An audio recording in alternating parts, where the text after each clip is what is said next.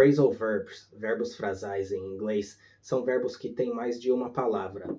O inglês tem mais de 5.000 verbos frasais, e o significado desses verbos costuma ser completamente diferente das palavras sozinhas ou separadas. Mas não se preocupe, no dia a dia, nós só usamos uma pequena fração desses milhares de verbos frasais. Então, você só deve focar nos mais comuns. Então, como assim? As palavras separadas têm significado diferente do que o verbo frasal, olhando elas juntas. Por exemplo, o phrasal verb look up. Se você não conhece esse phrasal verb, você pode até achar que sabe o que significa, se você sabe o que essas duas palavras separadas significam. Bom, look é olhar e up é para cima, em cima. Logo, look up significa olhe para cima ou olhar para cima. Sim e não. Quando falamos desse phrasal verb, vai depender do contexto. Se, por exemplo, você está fora com alguém e aquela pessoa olha para o céu e diz para você, look up, that cloud looks like a dog. Nesse caso, sim, ela está te dizendo, olhe para cima, aquela nuvem parece um cachorro. Neste exemplo, ela não está usando o verbo frasal look up, e sim as duas palavras separadas. O verbo look, olhe, e o advérbio up, para cima. Mas então, quando usamos o verbo frasal e quando sabemos que a pessoa está usando o verbo frasal look up? Por causa do contexto.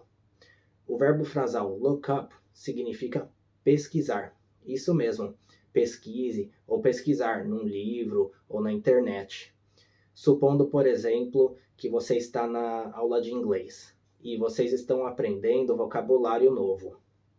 O professor pode dizer para você, look up the meaning of the word habit. Ele está dizendo para você pesquisar o significado da palavra habit, hábito. Outro caso em que usaríamos look up seria para pesquisar algo na internet, por exemplo. Você está trabalhando num projeto de faculdade, em grupo, sobre usinas elétricas, por exemplo.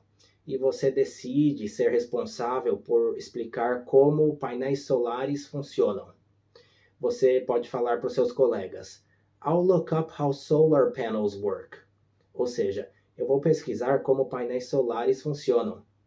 Na internet, num livro, não importa. O que importa é que você vai look up, pesquisar isso.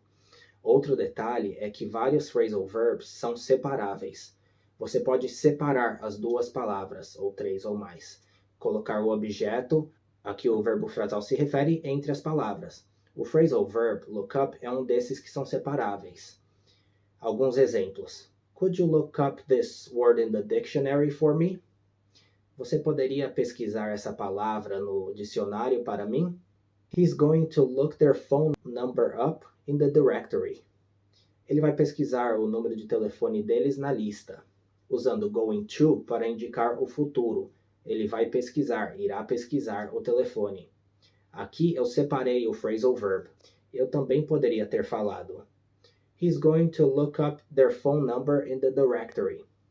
Significa exatamente a mesma coisa.